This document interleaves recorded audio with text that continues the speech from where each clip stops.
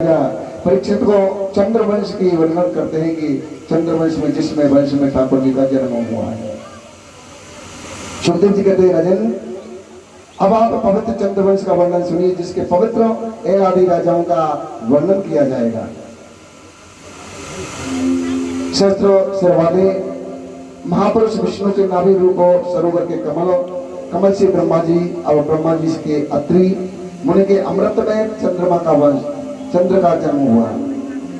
सोम को वो ब्रह्मा जी से औषधि, चंद्र को तारागणों का राजा बना दिया गया। अधिकार पा करके चंद्रमा को अहंकार हो गया। नई असी कोई जन्मा जन्म ही और प्रभुता पाए ताए मजना ही। बृहस्पति की पत्नी तारा को हर ले गई जो परम सुंदरी थी। उसे बलाहात बलपूर्वक छीन लिया। बृहस्पति के बार बार कहने पर भी चंद्रमा की तरफ हो गई। इंद्रादि देवताओं के चंद्रमा का समर्थन दैत्यों ने भारी युद्ध होने लगा। एक कनक एक कामनी ही नंगी तलवार निकसत ही हरे बजर को बीच ही डारे मार। जब अंगरा मुनि ने देखा कि युद्ध में अनेकों देवता चंद्रमा ने तारा को लुटा दिया। तारा उस समय गर्भवती थी। बृहस्पति ने कहा इस गर्भ को बाहर निकाल दो। तारा द्वारा निकाले गए पुत्र का नाम बुध हुआ जो सर्वसम्मति से चंद्रमा को ही दे दिया गया। सुखदेव जी कहते राजन, इसी पुत्र के द्वारा इलाके गर्भ से पूर्वा का जन्म हुआ।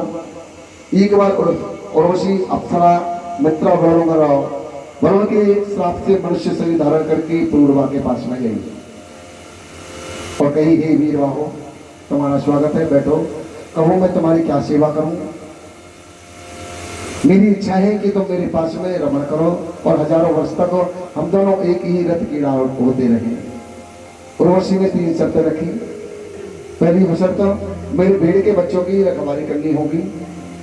दूसरी शर्त रखी कि मैं घी का ही आहार करूंगी, दूसरा कोई आहार नहीं लूंगी। तीसरी शर्त रखी, समागम के अलावा कभी भी मैं आपको निर्वस्त्र न देखूं। राजा ने शर्तें मान ली। दोनों आनंद से रहने लगे।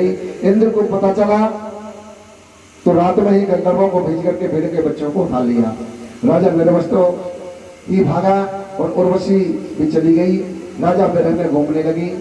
अब एक बार उन्होंने कुरुक्षेत्र में अपनी सखियों के साथ में मिले। राजा बोला कि प्रिय ठहरो, मुझे छोड़ करके जाना तुम्हारा उचित नहीं है। तुम बड़ी कठोर मालूम होती हो। मुझे सुखी किए बिना ही तुम्हारा जाना ठीक नहीं है।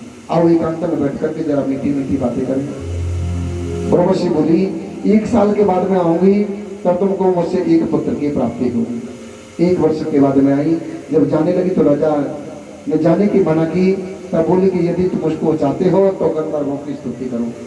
पूर्वा ने गंधर्वों की स्तुति की। उन्होंने उसे एक अग्नि स्थली दिया। यह उसी की उर्वशी समझ करके वन में घूमता रहा। उसे पता चला कि ये उर्वशी नहीं है। उसी वन में रख आया और घर आकर के उर्वशी का चिंतन करने लगा। त्रेता आने पर पूर्वा के हृदय से वेदत्रयी का प्रादुर्भाव हुआ। वह जंगल में जहाँ अग्निस्थली को रख करके आया था वहां पर आ गया। वहां पर छोकरे के वृक्ष में एक पीपल का वृक्ष वो आया था। उसे देख करके पीपल के वृक्ष की 2 अग्नि बनाई। बीच की लकड़ी से उर्वशी की भावना से करके ऊपर की में से उसने भावना से उसके बीच में पुत्र की इच्छा करके मंथन किया। उसमें से जात वेदा नाम की अग्नि प्रकट हुई। वही अग्नि त्रैविद्या वेद आधान संस्कार में 3 प्रकार की अग्नि कहलाई गई। सुखदेव जी कहते हैं राजन, आगे आते हैं पूर्वा के पुत्रों आयु का वंश।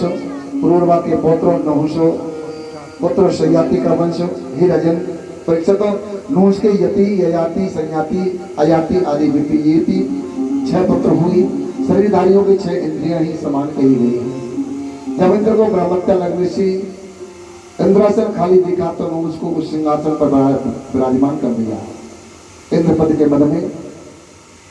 के मद में आकर के सप्तऋषियों ने पालकी बैठ करके सची के पास जाने की चेष्टा से ऋषियों ने साप से सर्प बना दिया। नहुष के बाद में ययाति हुआ। उसके अपने अनुचरों से 4 दिशाओं में नियुक्त कर दिया और स्वयं दैत्यराज विश्वप्रभा की पुत्री समनिष्ठा और शुक्राचार्य के पुत्री देवयानी से विवाह करके पृथ्वी की रक्षा का भार करने लगा। दानवराज विश्वकर्मा की कन्या शर्मिष्ठा ने अपनी गुरुपुत्री देवयानी और हजारों सखियों के साथ में वो दानव सरोवर में स्नान किया। उसी समय शंकर भगवान की सवारी आई और शीघ्रता से शर्मिष्ठा ने देवयानी के कपड़े पहन लिए।